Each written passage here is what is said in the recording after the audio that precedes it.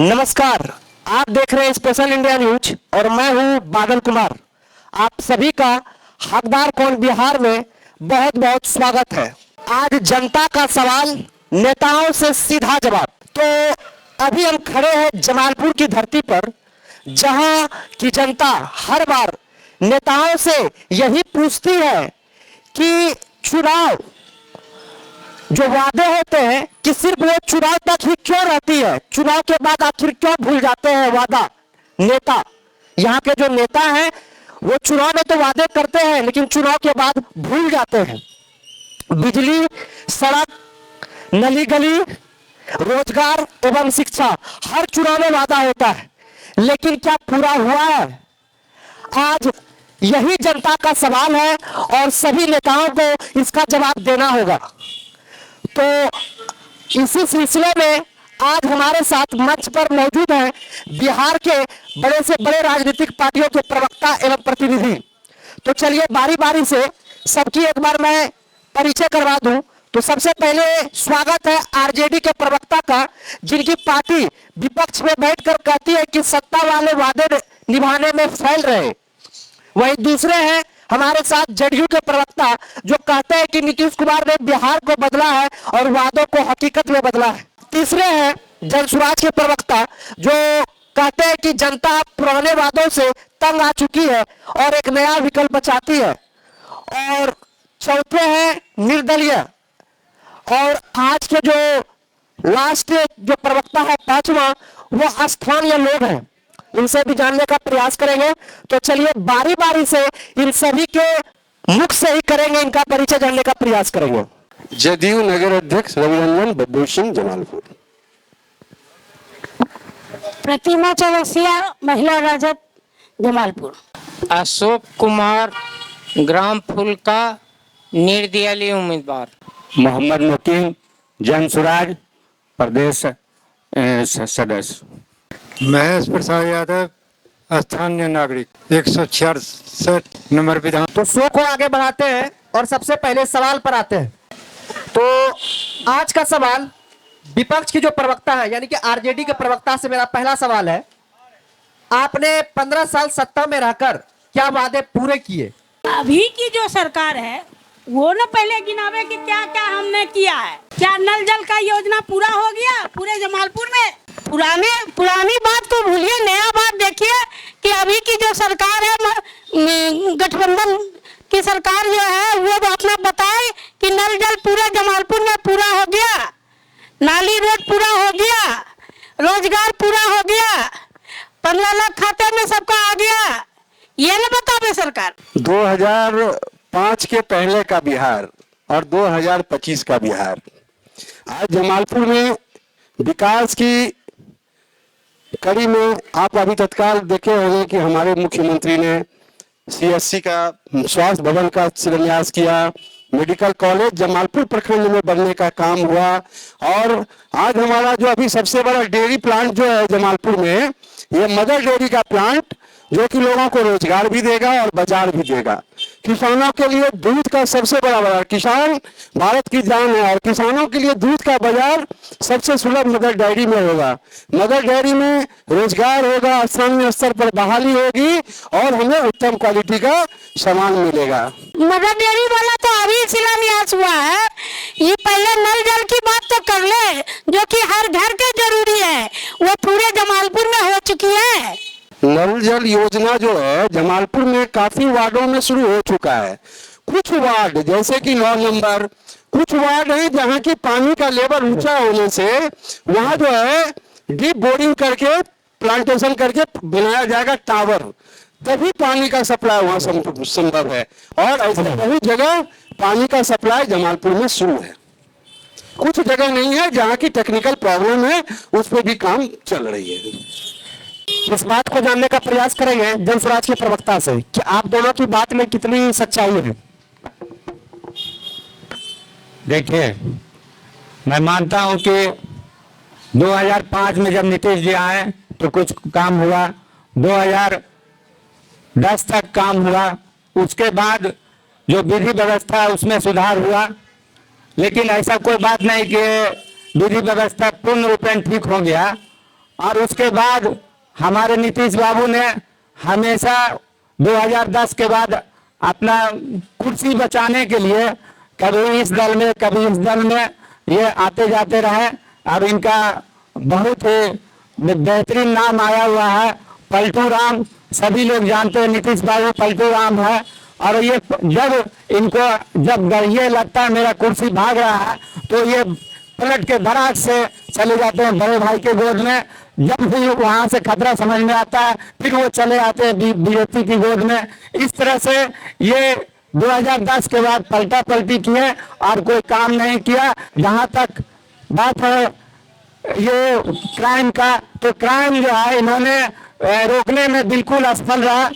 और ये इसकी माने दंगा भी कई इलाके में हुआ, सासाराम में हुआ, बिहार में हुआ, नालंदा में हुआ।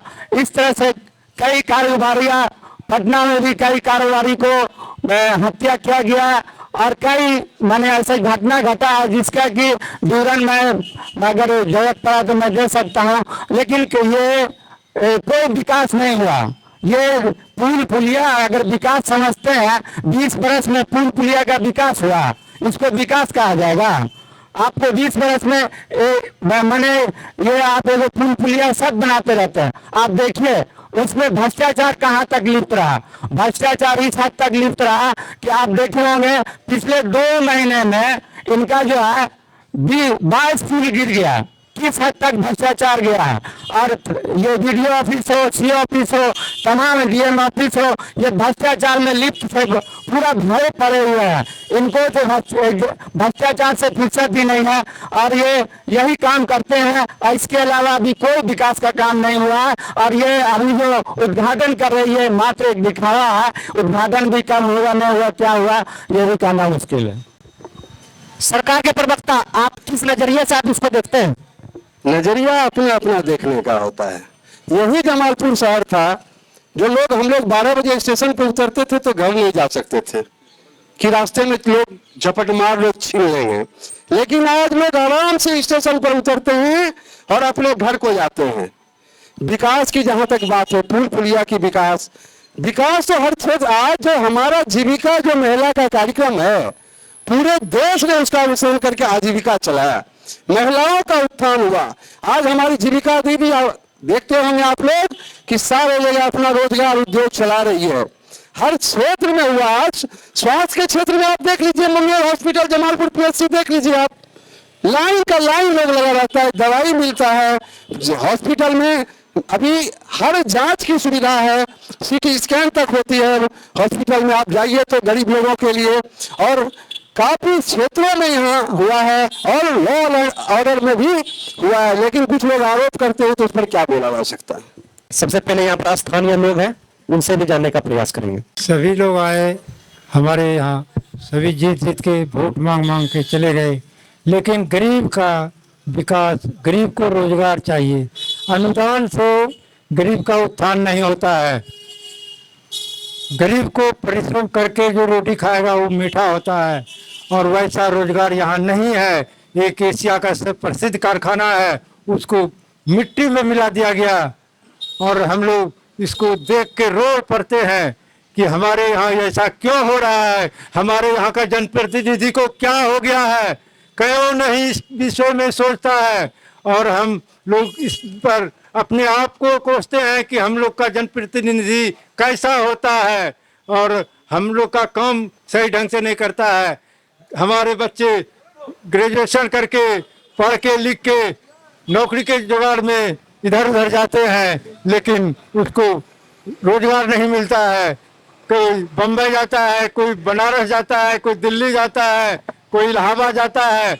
ऐसे में बिहार का क्या होगा। और हमारे विधानसभा का, जमालपुर का सुप्रसिद्ध कारखाना, इसका क्या हुआ है, इस सबके नॉलेज में है। मैं कोई गलत अगर बोल रहा हूँ तो मुझे बताइए, मेरा आरोप यही है। आप क्या करना चाहेंगे? मैं दलगत नीति से बिल्कुल अलग होकर कहना चाह रहा हूँ। और मुझे बचपन से अभी तक में जो अनुभव मिला है, इस जमालपुर शहर में बिहार लेवल पर और इंडिया के भिन्न भिन्न प्रदेशों में मैंने जो देखा, जो समझा, खास करके अभी जमालपुर नगरी की बात है। जमालपुर नगर में सबसे बड़ी आय का स्रोत या केंद्र बिंदु कहिए, ये जमालपुर वर्कशॉप ही था। एक समय यहाँ पर 22,000 कर्मचारी काम करते थे और धीरे धीरे जमालपुर कारखाना में, मुझे जैसा कुछ याद है, कंफर्म डेट तो मैं नहीं बता पाऊंगा, लेकिन चिट्ठी जो है 2003 या 2002 में, आप लोग भी पता कीजिएगा, ऐसा ही भारत सरकार के यहाँ से एक चिट्ठी जारी हुआ था और 90 के आसपास ही संविदा पर बाहरी कंपनियों के लिए रास्ता खोल दिया गया था। इंडिया सरकार की ओर से संविदा पर बहाली के लिए हर संस्था में भी परमिशन के लिए चिट्ठी भेज दिया गया। सबसे पहले अगर परमिशन की चिट्ठी अगर निकली है तो भारत सरकार का रेल में निकाला गया और उसकी बहाली भी निकाला गया था, शायद कानपुर जोन में फर्स्ट। उसके बाद से इस कारखाने का जो डिटोरिएशन हुआ प्लस बीएसएनएल का जो डिटोरिएशन हुआ, अभी देखने लायक स्थिति में हो गया। एक समय था कि मैं यूनियन लेवल पर हर जगह मुख्य बातें को दर्शाता रहा कि आने वाला समय भविष्य खराब है, कम से कम बाल बच्चे के लिए जागो और सही रास्ता पकड़ो ताकि आपकी लड़ाई, आपके बाल बच्चे की जिंदगी आगे संवर सके। जहां तक शिक्षा की बात है, आजादी के बाद से हर पब्लिक को वो मौका, सम्मान नहीं दिया गया कि उसका हर बच्चा और अमीरों की तरह एक समान शिक्षा के साथ पढ़े, कुपोषण के साथ नहीं रहे। कम से कम 2 जनरेशन को उस समय भी देना चाहिए था। तो अभी जो स्थिति यहाँ पैदा हुआ है, सरकार की ठेकेदारी प्रथा रहे या सरकारी प्रथा में रोजगार दें, इन लोगों को समझने में देर नहीं लगती, लड़ाई लड़ने में भी कहीं कठिनाई नहीं होती। अभी सरकार की हर सिस्टम में खोखलापन आ गया है, लोग दर दर भटक रहा है, लेकिन सिर्फ आर्थिक दोहन हो रहा है। काम की बात तो ऑफिस को सुधारना है, अपने सिस्टम की बीमारी को वो पब्लिक पर थोप देता है कि तुम ऐसा करो, वहां से लाओ, वहां से लाओ। तो उसका ऑफिस में क्या काम हो रहा है, उतना वर्कर जो रखे हुए संविदा पर पदाधिकारी है, इसका निदान अपने स्तर से क्यों नहीं करता है कि पब्लिक पर थोपा जा रहा है। बीच में घर घर आदमी जाता था, लगान का हो या बिजली का हो या किसी भी प्रकार का हो, घर घर जाता था, समस्या से मतलब वो समस्या से परिचित होता था और उसके घर पर ही उसका निदान करके लगान दे दिया जाता था। इस सारी प्रथा चौपट हो चुकी है, जिससे कि आम जनता और गरीबों, किसान, मजदूरों या जिस क्षेत्र का भी मजदूर हो, टोटो चालक हो, सबों के लिए घातक सिद्ध होते जा रहा है। मैं किसी का बुराई नहीं करने आया हूं, मैं सच्चाई के लिए यहाँ के पब्लिकों को जागरूक करना चाह रहा हूं। सवाल है जदयू के प्रवक्ता से, शराबबंदी, अपराध नियंत्रण, महिला सुरक्षा वादा था, लेकिन नतीजा क्या है? क्या लग रहा है, रोड पर शराब पी के लोग नाच रहा है? ऐसा हो रहा है क्या? शराबबंदी तो पूरी तरह सफल है। आज होली, दशहरा सब हो जाता है, बहुत शांतिपूर्वक हो जाता है। ऐसा है क्या शराबबंदी फेल है? शराबबंदी, अब चोरी है, फांसी की सजा है तो मर्डर तो होता है ना, लेकिन उस पर काफी, अब चोर हैं तो चोर के लिए तो इतनी सारी चीज बनाई गई है। निगरानी विभाग है, आप खबर कीजिएगा, आप जागृत हो, रोज बिहार में पकड़ा रहा है अफसर, आज घूस लेते राजस्व कर बना, लेकिन आपको ना टाइट होना होगा, आपने खबर, आप घर से अपना काम करा लीजिएगा तो घूसखोरी रुकेगा। जागृत तो आपको होना होगा ना। अभी सभी प्रवक्ताओं से एक बार जान लेते हैं कि क्या आपकी सरकार में शराबबंदी, अपराध नियंत्रण, महिला सुरक्षा, सारा चीज का नियंत्रण है या नहीं? शराब तो बच्चों को स्कूल के बैग में पकड़ा दिया गया। क्या बंदी है वो तो सरकार खुद ही बताएंगे। बच्चा सब जो है स्कूल का बैग जो है ना रख देता है और शराब बेचने के लिए निकल जाता है। होम डिलीवरी होता है, जहाँ बोलिएगा वहीं शराब की नदियाँ बह जाती है और शराब बंद है। और रही महिलाओं को तो पीटा जाता है। अगर अपना हक मांगने पहुंच जाए, छात्र को पीटा गया, महिलाओं को पीटा गया, नंगा नचाया गया, कहाँ महिला सुरक्षित है? ये बताएं सरकार कि महिला कहाँ सुरक्षित है। बोलते हैं 2005 का पहले कुछ था जी, महिला कपड़े न पहनती थी और महिला ऐसा घूरती थी, यह महिला का अपमान हो रहा है। और बोल रहे कि 2005 का पास था ही। अरे मोटा था, पतला था, जैसा था बदन तो ढकता था कि नंगा घूरती थी महिलाएं? हैं? नंगा तो नहीं घूरती थी। 2005 का पहले रोड पर नहीं निकलते थे। जब पिछड़ों को अधिकार दिलाए लालू जी तो वो जंगल राज हो गया। मुझे स्वीकार है, हरिजन सब जाति को पैर में चप्पल नहीं पहनने देता था, पहन लेता था सर पर लेकर चलो, नहीं तो यहीं पर तुमको गाड़ देंगे। और वो अधिकार लालू जी दिलाए कि अभी चप्पल पहन के बगल में कुर्सी लगा के बैठ जाता है। ये जंगल राज मुझे स्वीकार है। जहाँ तक शराबबंदी की बात है, मैं जमीनी हकीकत, मुझे हर जगह ग्रामीण इलाकों में, शहर में घूमने की आदत भी है और मतदाता को जागरूक करने की मेरा एक लगन भी है, सोच भी है। मैं घूमते रहता हूँ। जहाँ तक शराबबंदी की बात है, देहात में तो मत पूछिए कि सुबह है कि दोपहर है कि शाम है या रात है, उसकी कोई गणना नहीं है कि किस कदर आदमी पीते हैं। हाँ, हम सप्लाई की बात नहीं कर रहा हूँ, हम पीने की बात कर रहा हूँ।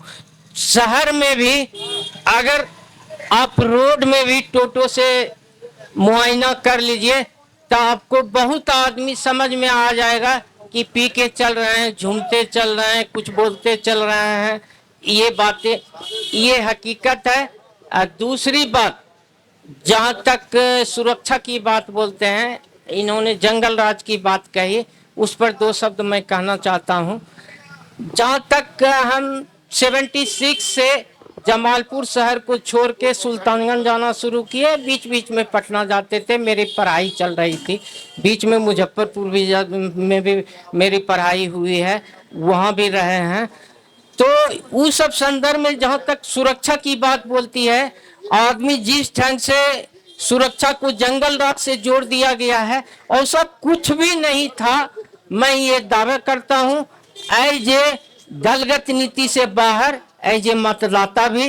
और दूसरी फैक्टर, जो विरासत में हकीकत बोलने में कोई किसी को दिक्कत नहीं होनी चाहिए, स्वीकार कर लेने में ही पब्लिक का भी भलाई है। मैं स्वीकार करता हूं कि जंगल राज की जो विरासत में लालू जी को उपाधि मिली, ये विरासत में मिली है। अपराध, जातिगत अपराध, सामूहिक अपराध 1970 से शुरू हुआ, लालू जी को मैक्सिमम चरम सीमा पर मिला और राबड़ी जी के सरकार में बिल्कुल खत्म हो गया ये जातिगत संघर्ष। दूसरी बात, फिर बाद में जो कहा तो जाता है कि हम समाज के लोग हैं, हम गांव के लोग हैं, एक समाज के लोग हैं, एक जात के लोग हैं। हमें बता दे कोई कि जात में भी नरसंहार किया है कि नहीं, जात वाले ही। हाँ, दूसरी बात कि जहां तक समाज में 3-4 वर्ग है, 3-4 वर्ग में भी कुछ दूसरे मोटिव के होते हैं कि हम कमाएंगे नहीं लेकिन हमको पैसा आना चाहिए। हाँ, ऐसे भी मोटिव होते हैं। तीसरी बात कि मैं इस बात को नहीं मानता हूँ, ये सिस्टम की दोष है कि कोई भी सरकार रहे, प्रशासन सुरक्षा के लिए मेन जवाबदेही उसकी है और सरकार को कहीं हस्तक्षेप नहीं करना चाहिए। अगर हस्तक्षेप करता है तो ये अपराध बढ़ता है। हस्तक्षेप नहीं करेगा तो अपराध नहीं बढ़ेगा, ये मेरा पूर्ण आकलन है।